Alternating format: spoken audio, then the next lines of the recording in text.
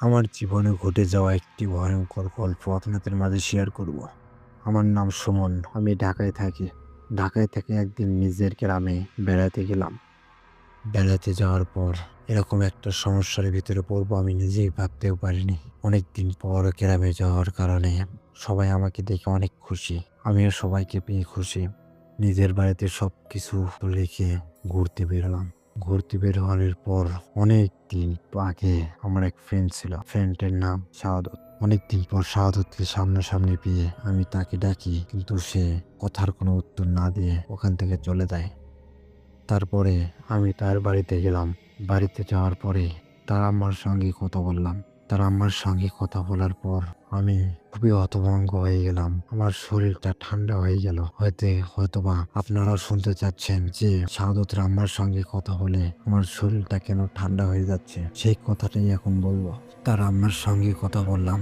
তার আম্মা আমাকে যে কথাটা বললো তা শোনার জন্য আমি মোটেও প্রস্তুত ছিলাম না। তার আম্মাকে যখন আমি বললাম শাহাদত কেমন আছে, তাকে ডাকলাম, সে আমার সঙ্গে কোনো কথা বলল না। তার আম্মা আমাকে বলল, যেসব তুমি কি বলতেছ, শাহাদত তো আজ থেকে প্রায় 5 বছর আগে মারা গেছে।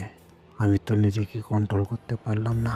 নিজের পায়ে মনে হয় এতটুকু পরিমাণ শক্তি নেই যে আমি ওখানে দাঁড়িয়ে থাকবো। সঙ্গে সঙ্গে ওখানে বসে বললাম। তার আম্মাকে বললাম যে তাহলে আমি যার সঙ্গে কথা বললাম সে কে?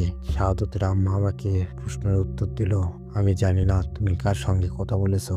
আসলে ওটা শাহাদত ছিল না। শাহাদত তো 5 বছর আগে মারা গেছে। তাইলে তার সঙ্গে তুমি কেমন করে কথা বললে, তাকে কেমন করে দেখলে? আমি শাহাদতের আম্মার সঙ্গে আর কোনো কথা বললাম না। ওখান থেকে উঠে নিজের বাড়ির দিকে রওনা দিলাম। ওখান থেকে উঠে বাড়িতে আসার পরে আমি নিজের ঘরে গেলাম। যে শাহাদতের একটা ছবি ছিল আমার কাছে, এটা বের করলাম। বের করে শাহাদতকে দেখতেছি, আর ওর চেহারার সঙ্গে ওই লোকটার চেহারা মেলানোর চেষ্টা করতেছি।